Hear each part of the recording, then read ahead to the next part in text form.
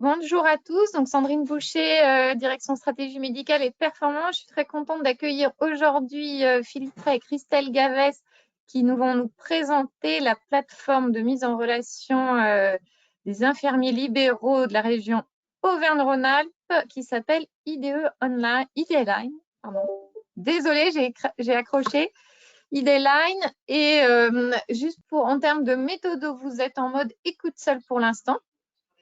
Et à la fin, vous pouvez poser vos questions sur le côté droit de l'écran. Il y a un petit onglet questions. Vous pouvez poser vos questions et on prendra toutes vos questions à la fin de la présentation. Merci beaucoup, Christelle. Merci beaucoup, Philippe. À vous. Merci beaucoup, Sandrine et à Unicancer. Merci à tous ceux qui sont présents. On a le plaisir, avec toute l'équipe de l'URPS ici présent, Philippe Ray, qui est le président de l'URPS infirmier Auvergne-Rhône-Alpes, Thierry Durand à mes côtés, qui est le directeur des systèmes d'info au Centre Léon Bérard, mais aussi avec une autre casquette qui s'occupe des systèmes d'info Auvergne-Rhône-Alpes partagés. Qui nous permet aussi de travailler sur les systèmes partagés. Et puis Pascal Sontag, à ma côté, qui est mon adjointe et qui travaille sur les parcours et qui met en œuvre cette stratégie au quotidien au Centre Léon Bérard.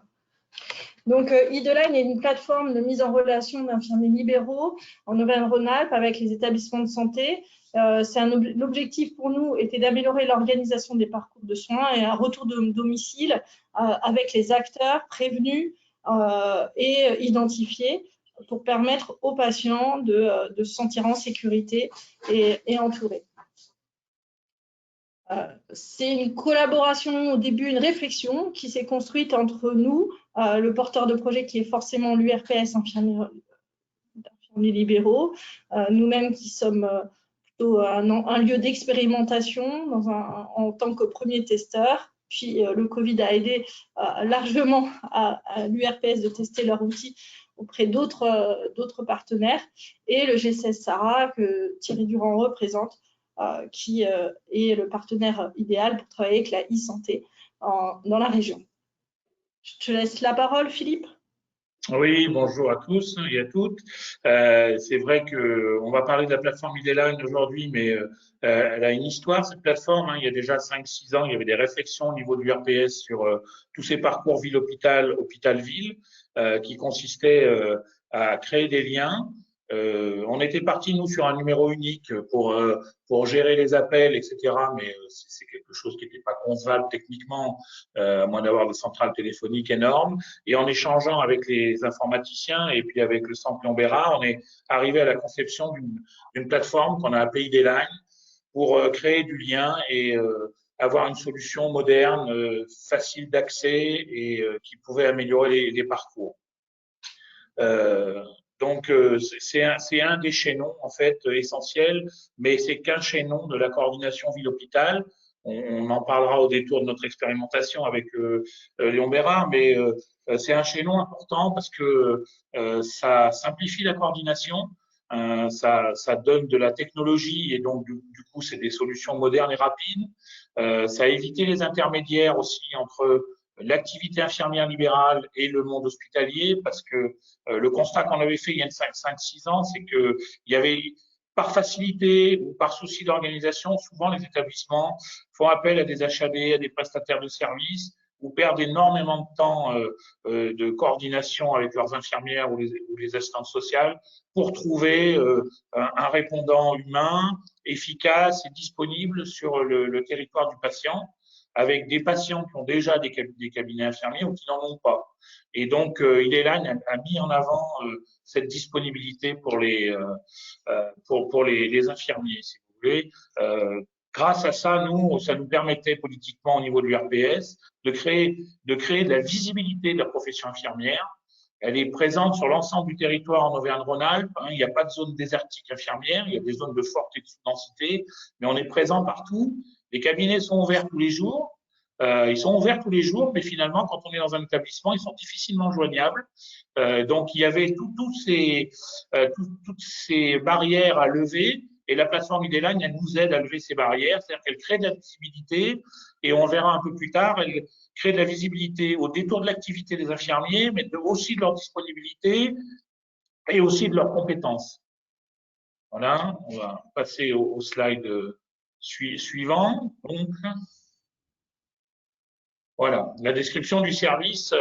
Dans l'inscription, les infirmiers donc libéraux, c'est donc des infirmiers libéraux qui sont en activité, qui sont inscrits sur la plateforme, et ils sont bien en activité dans la région Auvergne-Rhône-Alpes. Et pour certains libéraux qu'on a en périphérie de la région, qui ont plus d'activités infirmières dans notre région, mais qui sont installés sur un département d'une autre région, on a mis en place des dérogations pour pouvoir les inscrire sur notre site. Donc, l'identité du professionnel, ses numéros ordinaux, etc. Mais on leur demande aussi leur secteur géographique de chalandise. Pour le dire simplement, c'est que chaque cabinet ou chaque infirmier a des zones d'intervention. Et le fait de pouvoir géolocaliser les zones d'intervention des infirmiers, ça crée de la lisibilité. Parce que vous, dans les établissements, quand vous cherchez un infirmier, même si vous allez le chercher sur la bonne commune, on s'aperçoit des fois que, en fonction de la géographie, Haute-Savoie, l'Ardèche ou le Cantal, par exemple, selon si vous travaillez dans une vallée ou d'un côté d'un fleuve ou pas, ou sur un versant de montagne, vous n'avez pas accès à un patient qui est pourtant à 500 mètres à vol d'oiseau de votre cabinet, parce que le système routier, le système de déplacement de ces secteurs-là font que l'infirmier ne peut pas y aller. Et ça, c'était des sources de perte de temps dans l'identification des infirmiers qui pouvaient être disponibles pour faire des soins. Nous, on avait travaillé sur ce qu'on a appelé de manière un peu facile les appétences, c'est-à-dire quels étaient les soins que les infirmiers voulaient faire. Et vous verrez un peu plus tard dans la présentation que on a décliné une liste de soins que les infirmiers ne voulaient pas faire. L'infirmier, il est généraliste, l'infirmier libéral, il est généraliste. Mais on s'est rendu compte en se rapprochant de tous les cabinets, et vous le rencontrez aussi tous les jours dans votre activité. Quand on contacte les infirmiers, si vous voulez, on s'aperçoit qu'il y a des fois des types de soins ou des formes de prise en charge qui refusent de faire ou qui ne peuvent pas faire à ce moment-là. Et donc, ça a influencé le mode de sollicitation au travers de la plateforme pour gagner encore du temps sur l'identification du bon professionnel au bon endroit, proche du patient, pour réaliser les soins en temps et en heure. Parce qu'il y a aussi toute la notion de temps pour arriver à gérer les soins. Donc, tout notre outil IDline consiste à essayer d'identifier ces différences d'approche vis-à-vis des soins et de les quantifier sur leur disponibilité. Voilà, donc ça c'est… Donc, on a aujourd'hui 4660 infirmiers actifs qui sont inscrits sur la plateforme IDline et on a pratiquement 70% du territoire Auvergne-Rhône-Alpes qui est couvert. Sachant que sur ces 70% du territoire qui est couvert, on a 95% de la population d'Auvergne qui est quasiment, Auvergne-Rhône-Alpes qui est quasiment couverte, parce que toutes les métropoles, les agglomérations, les centres de vie où il y a beaucoup de cabinets infirmiers quand même, sont couverts. Par contre, on a des zones blanches encore dans certains parcs, dans certaines zones géographiques où il y a finalement peu de professionnels et peu de population. Voilà pour l'outil descriptif du service. On passe aux usages peut-être, Christelle? Oui. Donc, en fait, j'ai cru comprendre que pour en tout cas, dans notre expérimentation, nous, on a travaillé d'abord avec les patients qui étaient en HAD, parce qu'on voulait travailler de manière assez proche avec que certaines infirmières pour s'approprier l'outil. Puis, on l'a déployé dans les différents services. Là, plus spécifiquement en chirurgie, avec des prises en charge courtes et rapides qui nécessitaient des suivis, par exemple, pour des patients qui sortaient avec Redon. Donc, depuis l'expérimentation, on a 219 prises en charge sorties directement du CLB, donc sans soit une partie qui était avec l'HAD et une partie sans HAD, et donc qui nous a permis de trouver des infirmiers. Donc, en fait, en 2021, et ça, c'est la grande différence, c'est qu'il y a eu plus de 101 000 demandes qui se répartissent soit en accès direct des établissements, soit en passant par le SEO. Et ça, peut-être, je peux te laisser parler de cette plateforme SEO, Philippe? Oui, bien sûr. Effectivement, 2020-2021, crise Covid, et du coup, la plateforme a été utilisée pour la région Auvergne-Rhône-Alpes par l'assurance maladie pour mettre en place des visites domiciliaires de soins infirmiers, les renforcements des visites sanitaires infirmières pour accompagner les gens dans l'isolement. Donc du coup là, la plateforme, il a fallu qu'elle fasse ses preuves, non plus qualitativement comme on faisait avec le Samplon Bérard, mais dans les volumes, parce qu'on était sur une demande simple et une acceptation simple des soins par les infirmiers. Et donc, du coup, ça nous a fait exploser le nombre de demandes. Et au détour de cette crise aussi, on a eu des appels pour les renforts en EHPAD ou des renforts en SIAD pour apporter des soins, et même certaines HAD ont appelé parce qu'ils avaient du mal à trouver des infirmiers sur certains secteurs, soit parce que certains étaient surchargés en travail, soit parce qu'ils étaient isolés pendant une dizaine de jours à cause de la maladie. Et donc, du coup, on a créé un service infirmier d'orientation et on retombe un peu sur notre système téléphonique qu'on avait imaginé il y a quelques années, c'est-à-dire que le SIO, il calibre la demande, chose que font les centres de lutte contre le cancer. Mais du coup, le SIO, quand il y a une demande, il arrive à la calibrer, si vous voulez, à l'évaluer pour la transcrire au mieux auprès des infirmiers libéraux. Et c'était des demandes de SAMU ou d'établissement. Donc, il y avait une nécessité de recalibrer les demandes, de les identifier dans la nomenclature infirmière et de pouvoir permettre la prise en charge auprès des infirmiers. Donc, voilà, ça enrichit l'outil. Et ça enrichit la plateforme d'un nombre d'infirmiers assez conséquent qui, du coup, lorsqu'on offre du travail en même temps qu'une proposition d'inscription à une plateforme, je veux dire, ça matche plus facilement et ça nous a permis d'obtenir des bons chiffres d'inscription et une bonne couverture du territoire. Pour compléter, je pense, Philippe, ce que tu me disais en préambule, c'est que cet outil-là, enfin, pas Ideline, mais l'expérimentation que tu as vécue avec le Covid, c'est toutes les régions qui ont dû développer une solution pour répondre en urgence à ces situations. Et donc, pour les autres établissements des centres de lutte contre le cancer qui sont peut-être en ligne, il est bon de savoir que dans leur région, chaque URPS a dû développer des solutions de ce type-là. Alors effectivement, en décembre 2020, le 23 ou le 24 décembre, si vous voulez, nous on a été contactés par la CNAM en fait, qui a contacté les ARS pour savoir s'il y avait des outils d'orientation et auprès des infirmiers libéraux. Et il s'avère que nous on a une grande sœur philosophique et qui partage les mêmes valeurs que déontologiques, etc., d'une plateforme prise en charge par les infirmiers pour les infirmiers qui s'appelle InsiCare, qui a dû couvrir 6 ou 7 régions en France pendant la crise Covid et qui est du coup installé sur cette région-là. Donc effectivement, s'il y a des centres qui sont intéressés, ils peuvent contacter l'entreprise Idelio même de notre part, je veux dire, mais pour voir qu'est-ce qui peut être mis en place, parce qu'effectivement, toutes les régions ont bénéficié d'une plateforme d'adressage pour la VDSI auprès des infirmiers. Après, je ne connais pas toutes les plateformes qui ont été utilisées, certaines étaient privées ou autres. Elles n'ont pas toutes été, je dirais, au même degré de service. Et nous, pour le coup, comme on avait notre expérimentation avec le centre, etc., on avait déjà une bonne imprégnation du territoire et on a eu de bons résultats parce que on a atteint presque des fois 1000 demandes jour pour la VDSI et on a tenu le cap de plus de 70 jusqu'à 80% d'acceptation des demandes. Mais après, il y a des périodes où on est retombé à 50 ou 60. Donc, chaque région peut contacter une plateforme d'adressage normalement. Au moins les 6 ou 7 qui ont InsiCare sur leur territoire peuvent la contacter pour se mettre en lien avec une plateforme d'adressage.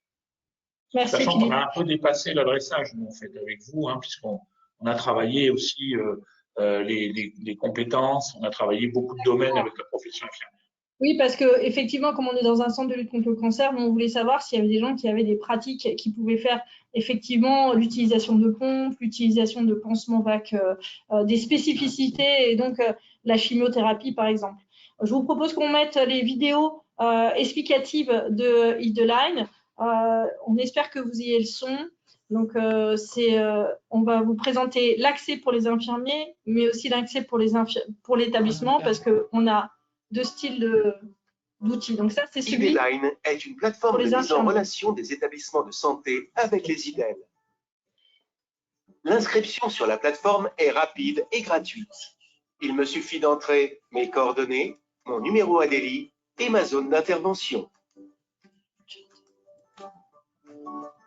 J'envoie ma demande. Lorsque je reçois un SMS de confirmation, l'inscription est validée.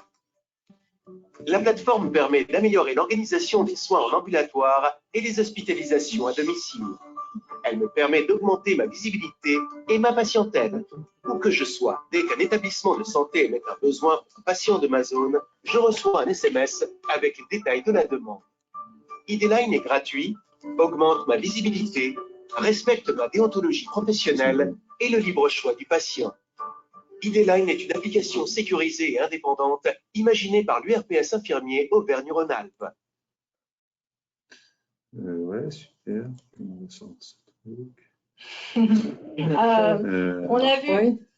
On a vu qu'il y avait une question, c'est quels étaient les prérequis pour reproduire un tel projet dans une autre région, à votre avis? C'est justement ce que vient d'expliquer Philippe Ray, c'est que chaque région a été vraiment encouragée via leurs URPS à développer un outil, alors soit développer eux-mêmes comme là l'URPS a fait, ou soit utiliser via une société privée qui ont déjà des logiciels qui sont adaptés.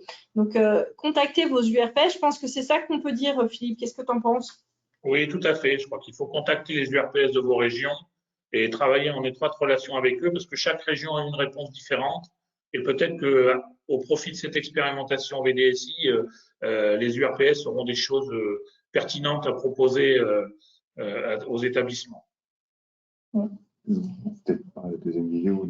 Je pense que la deuxième vidéo, elle explique un peu plus de comment est-ce que vous avez une demande, mais on va vous présenter 2-3 slides de comment concrètement en interne cela fonctionne. Ça rendra peut-être les choses un peu plus pratico-pratiques. On va vous présenter les outils. Je reprends la main sur cette, juste avant peut-être, pour revenir sur la diapo d'avant, s'il te plaît, Thierry. On avait mis des listes d'intervention. Si vous voulez, ce qu'on s'est rendu compte avec nos échanges avec l'établissement LCLB, c'était que suffisait pas de trouver un infirmier disponible. Il faut qu'il soit, pour qu'il nous dise s'il est disponible ou pas, au détour de son SMS, l'infirmier doit nous donner la nature de l'acte. On doit lui donner des indications sur la fréquence journalière ou le début des soins. Et on doit lui donner aussi des notions sur la durée des soins. Alors, on était parti sur des appétences et puis là, après, on est revenu et on propose à l'inscription aux infirmiers de pouvoir refuser avant la demande un certain type d'intervention. Alors, peut-être qu'on changera la modalité, mais aujourd'hui, c'est celle-ci. Et parce qu'on s'est rendu compte qu'il y a des infirmiers qui refusaient systématiquement les soins de pédiatrie. Bon, d'autres, on a mis perfusion, mais on a très peu de refus là-dessus. On a mis soins infirmiers aux personnes dépendantes parce que les prises en charge de type soins de nursing, prise en charge globale, des fois, ça rentre pas dans une tournée à un moment donné, donc les infirmiers peuvent être amenés à les refuser. On a mis les chimios, et puis on a décliné injection de soins de courant, pansement, pompe à programmer, parce qu'en fait, ces thèmes-là, on les retrouve dans les messages qu'on envoie des établissements quand on accompagne les demandes. Et vous voyez qu'à la fin, on a mis accompagnement à l'isolement, bon, c'était pour la VDSI.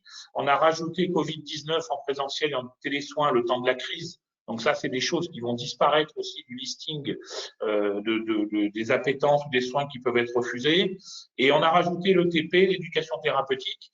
Et l'éducation thérapeutique en immuno, au regard d'un article 51 que nous avons mis en route avec le CLB, de manière à identifier directement sur les cartographies infirmières quels sont les gens, par exemple, qui ont bien suivi la formation ETP ou qui ont bien suivi l'éducation thérapeutique en immuno, de manière à ce que l'outil, quand il recherche les infirmiers, ne contacte pas des infirmiers qui diront non à la demande. Donc, voilà. Et dans les spécificités sur la disponibilité des cabinets, ils ont la possibilité, par période ou temps, de refuser des astreintes de nuit ou des interventions de nuit. Et on sait que c'était un point d'achoppement dans la recherche des infirmiers avec un établissement, c'est que quand c'est une HAD et qui propose bien sûr des astreintes de nuit ou des surveillances de pompe à proximité avec des possibilités d'intervention, et ben les cabinets, en fonction de leur expérience ou quand c'est des périodes où les infirmiers ont moins de disponibilité, etc., elles l'acceptent ou non. Et donc ça évite de décliner la demande complètement et de décliner la demande en direct avec l'infirmier quand on a le contact. Là, ça permet dès le SMS déjà de faire un tri sur la disponibilité des cabinets infirmiers au regard de certains temps d'intervention au niveau de l'intervention. Et ça, c'est une richesse qu'on a développée ensemble parce que une plateforme d'adressage qui fait juste proposer un soin sur une zone géographique, ça peut matcher aussi, mais si vous dites perfusion, mais que derrière vous expliquez que c'est une pompe à morphine et qu'il y aura des passages à faire en soirée ou en nocturne, etc., du coup, ça peut modifier l'acceptation du soin par le professionnel infirmier. Et donc, du coup, là, nous, avec IDline, on va plus loin. grâce à nos échanges. Là, on va plus loin dans les prérequis de la demande, de manière à augmenter la fiabilité et le résultat de la réponse. Ouais, d'ailleurs, je vais rebondir. C'est pour pouvoir faire une demande, très clairement, voilà, vous le retrouvez sur des copies d'écran. Elles sont assez simples parce qu'en fait, on a la chance aussi que cet outil, via CISRA, nous permette de pas de redonner l'identité du patient. Donc, on évite toute erreur d'identité et effectivement d'adresse de patient parce que c'est des outils qui se déversent directement. Donc, ça, c'est aussi une plus-value. Peut-être qu'il faut qu'on avance. Peut-être dire un peu les retours. Mais c'est toi. En fait, le sens premier du service, ça nous a aidé à trouver une infirmière libérale lorsque le patient ne dispose pas d'infirmière libérale. Ça, c'était la première chose. C'est quand on rentre dans la maladie, parfois les patients n'ont pas d'infirmière libérale et on se voyait un peu aller laisser un peu seul à chercher une infirmière libérale, ou quand on était sur des services où on devait absolument s'interfacer avec l'infirmière libérale, on se retrouvait parfois avec des cartes de visite ou des usages qui n'étaient pas forcément sur lesquels on n'avait pas vraiment de visibilité sur quelles étaient les compétences ou les usages qu'on avait avec ces infirmiers libéraux. Dans un deuxième temps, ça nous a permis d'échanger effectivement avec l'équipe de Philippe Ray, l'équipe de l'URPS, parce que c'est un projet parmi tant d'autres que l'on travaille avec eux sur une vraie continuité hôpital-ville et qui permet d'inventer en fait et de construire chaque projet. Et Ideline est devenu une évidence. Il était indispensable que l'on ne passe plus par les pages jaunes pour trouver une infirmière libérale. Il y avait comment ? Que ce soit un outil qui soit facile d'utilisation et en gain de temps aussi. En fait, c'est ça, avec une réponse rapide en fait des libéraux en fonction du choix et du soin effectivement adapté à la prise en charge. Ouais, après, il y avait l'article 51. Les articles 51 nécessitaient beaucoup d'interventions, parfois d'infirmières libérales. On a les NUNO, mais aussi, il y a différentes situations qui nécessitaient une articulation. Et forcément, encore une fois, venait le projet d'Ideline. Et puis, on a une nouvelle ouverture qui est forcément de se dire, après qu'on ait contacté et fixé le fait que les infirmiers libéraux se connectent aux patients et à la sortie, c'est comment est-ce qu'on leur fait une relève. Et comme on sait faire des relèves entre nous dans l'hôpital, ça c'est quelque chose qui est ritualisé et sacralisé, eh bien il faudrait qu'on arrive peut-être à travailler cet outil de relève entre nous et les infirmiers libéraux pour que la ville puisse continuer à prendre le relais et qu'il y ait un passage de relais de qualité. Et puis donc là, au niveau de la région, en fait, donc le SARA, c'est l'équivalent dans les régions de ce qui s'appelle les grades, qui gèrent toute la e-santé. Au même titre que le CLB, pour le CLB, l'URPS infirmier est un vrai partenaire. Pour nous, c'est pareil. C'est-à-dire que c'est quand même aujourd'hui la chance d'avoir un groupement d'acteurs opérationnels qui nous disent quel est le vrai besoin des infirmiers libéraux sur le territoire. Et on a besoin de comprendre pour construire nos outils. Ideline, ça nous a permis d'ajouter un service de plus dans la plateforme. Et puis, aujourd'hui, c'est aussi un bras de levier important pour déployer des usages sur des nouveaux services comme le chat sécurisé, c'est l'équivalent d'un WhatsApp, ou on parle de télésoins. Alors, on a marqué téléconsultation, mais le bon mot, c'est le télésoin. C'est des nouveaux usages qu'il faut faire naître. Et pour nous, l'URPS infirmier, c'est le partenaire de prédilection pour ça. Voilà. Après, l'avenir, bien sûr, dans la région, nous, ça c'est Philippe Ray, il y a forcément continuer à étendre le SEO et puis on se posait la question de l'étendre aux autres établissements maintenant que notre expérimentation est en cours. Et justement, le projet doit être porté par les URPS de chacune de vos régions. Et ça, je pense que c'est en cours et ce que disait Philippe Ray tout à l'heure. Mais je crois que les plateformes quand même d'adressage, c'est une partie de la coordination.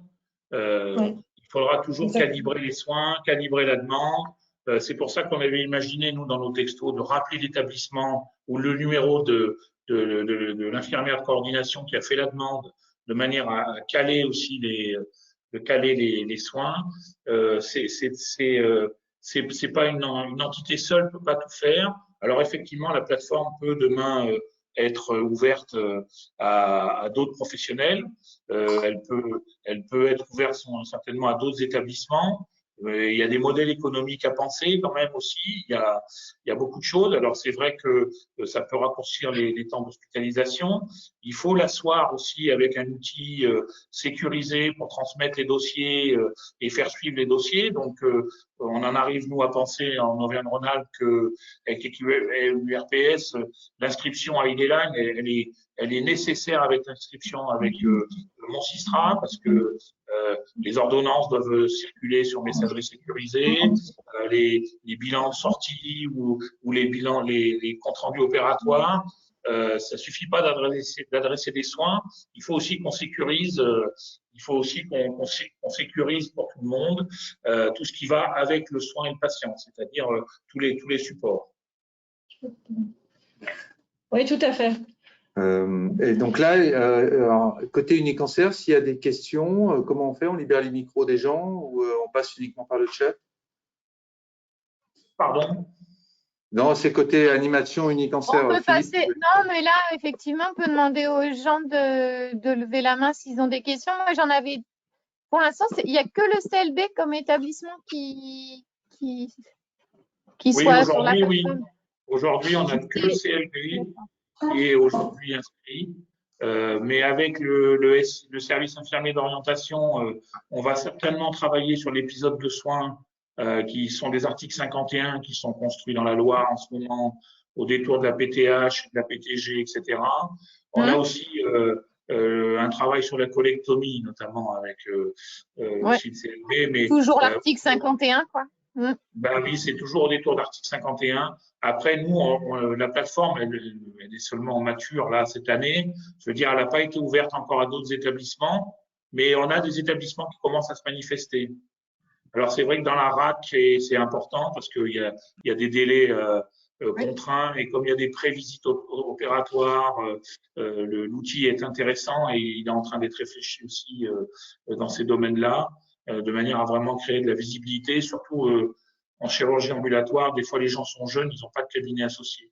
En cancérologie, souvent quand même, au détour de leur pathologie, les gens ont un contact avec un cabinet infirmier. Donc là, nous, au niveau déontologique, la plateforme, elle peut appeler que l'infirmier concerné pour le patient. Mais ça peut être avec quelques soucis techniques, parce que des fois, c'est la remplaçante qui travaille, ou des fois, c'est le collègue et il n'est pas répertorié comme il faut sur notre plateforme. Donc, tout ça se met en place, mais j'allais dire que pour les gens qui n'ont pas d'infirmier, c'est vraiment une plus-value forte. Pour ceux qui ont déjà un infirmier, ça permet de faire des relances en gagnant du temps, parce que le SMS, il reste sur les téléphones des infirmières et on sait que c'est leur outil de travail principal et que le SMS, il passe sur tous les territoires. Donc, on a développé une web application quand même de manière à ce que le SMS renvoie sur une page web qui permet d'être plus construite et de mieux construire les réponses, notamment sur l'adresse des patients et autres. Et tout ça est en place. Moi, je fais une réponse, Sandrine, complémentaire, c'est que d'abord, l'outil, il n'existait pas, il a démarré en 2019, il n'existait pas du tout en 2017, à part dans la tête des créateurs côté ERPS. Et donc, un genre d'outil, c'est compliqué parce qu'il faut d'abord avoir l'idée, il faut le faire développer, il faut avoir le financement pour le faire développer. Et puis après, le CLB a servi de pilote qualitatif. Et là, finalement, la chance qu'il y a eu, c'est qu'il y a eu le pilote quantitatif avec le Covid. Là, maintenant, il y a vraiment une ouverture forte. Donc, soit les SEO, soit les établissements. C'est un service qui maintenant est opérationnel. Et le monter en 4 ans, c'est une vraie performance de la part du ERPS. C'est quand même très, très bien. Oui, je suis d'accord. Et du coup, je me demandais comment vous travaillez. Vous travaillez avec. Est-ce que les DAC, elles sont formées, enfin, ou les DAC ou tous les dispositifs d'appui à la coordination, etc. C'est quelque chose du coup, qui est utilisé, Alors, pour l'Auvergne-Rhône-Alpes, les DAC, c'est juillet 2022. Il y a des contacts, mais on a eu aussi des contacts, par exemple, avec l'assurance maladie pour les Prado. Parce qu'ils leurs agents administratifs sont très isolés devant leur annuaire, même l'annuaire Amélie. Alors, on a un problème avec la profession infirmière, c'est quand même, elle est assez mouvante. Il y a des cabinets qui se montent, qui se démontent, il y a des gens qui changent de secteur. Donc, l'inscription à la plateforme et les relances qu'on fait nous permet de les suivre. Mais du coup, voilà, les contacts avec les Prados, les contacts avec les réseaux départementaux, les PTA pour le moment chez nous et demain les DAC, il y a des contacts si vous voulez, mais il y a de tels enjeux sur la construction des DAC. Aujourd'hui, les outils sont pensés, mais oui, c'est pas inscrit. Oui, non, je parlais aux DAC et composantes actuelles des DAC. Oui, oui, bien sûr, mais les équilibres de gouvernance des DAC n'étant pas bien écrits encore, mais il est évident qu'ils veulent tous avoir soit un accès à la plateforme, soit au service infirmier d'orientation, parce que souvent quand même c'est des cas complexes qui sont dans les PTA et les DAC. Donc, si vous voulez, il y a nécessairement par un professionnel infirmier qui est orienteur. Donc, on a créé nous l'infirmier orienteur, si vous voulez, qui réceptionne la demande. L'analyse et calibre de savoir si c'est du sanitaire, du social, qu'est-ce qui est du domaine de l'infirmier ou pas, parce que là, on a des frontières qui sont des fois difficiles, surtout en gérontologie, par exemple, plus qu'en cancérologie. Hein, et du coup, il y a des discussions en cours là-dessus. Mais pas avec tout le monde et pas en même temps. Merci beaucoup. Parmi les participants, est-ce que vous avez des questions? Alors, soit vous pouvez les poser par écrit. Là, pour l'instant, on n'en a pas, mais si vous souhaitez lever la main, il n'y a pas de… Je crois que c'est possible.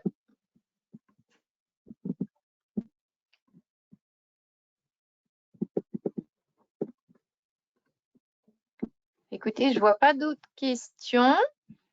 Donc, on a déjà un petit peu dépassé l'heure. Personne n'a de dernière question. De toute manière, après, si vous voulez rentrer en contact, évidemment, tout ça est possible. Tout ça est possible. Je vous remercie beaucoup pour cette présentation et j'espère que effectivement, ça inspirera les autres CLCC pour aller à la rencontre de leur GCS. Alors, je ne sais jamais comment ça s'appelle en région, les GCS numériques. Ouais, surtout des URPS. Dans cette problématique-là, le GCS, les grades ont fait notre boulot. L'idée, c'est que les CLCC doivent se rapprocher de leurs URPS, et notamment infirmiers, parce que les infirmiers font beaucoup de notamment dans nos prises en charge de cancer. C'est eux qui sont là en H24. Et donc, il faut qu'ils aillent à la rencontre des URPS, parce que c'est le bon acteur pour travailler les différents projets parcours, comme un article 51. Donc, c'est important. Très bien. Eh ben, j'espère que le message est bien passé et on vous remercie beaucoup. Bonne journée. Bonne journée, merci. Merci.